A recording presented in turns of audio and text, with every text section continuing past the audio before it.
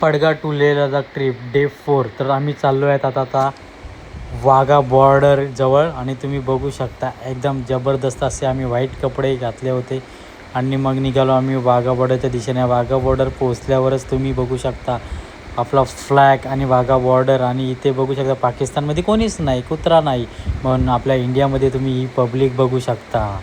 खूप अशी जास्त पब्लिक इंडियामध्ये, एकदम उत्साह जोश, आणि तिथे BSF कमांडो आपल्याला एकदम उत्साह करत होता. जोश किती फुर्ती आहे त्याच्यामध्ये तुम्ही बघू शकता. जोशीला एकदम हाऊस द जोश, हाय जय हिंद जय हिंद, आणि असे नारे घेत आम्ही तुम्ही बघू शकता माझ्या मागे पब्लिक.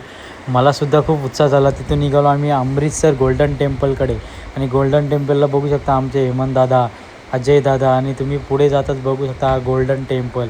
गोल्डन टेम्पलच्या इथे खूप शांत आणि असं सरळ वातावरण आहे, खूप जबरदस्त. आणि मग रात्री आम्ही रूमवर आलो.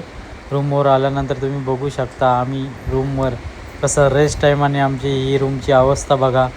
त्यानंतर आम्ही इथे डे 4 एंड केला, आणि तुम्ही आता बघा नेक्स्ट ब्लॉगमध्ये डे 5.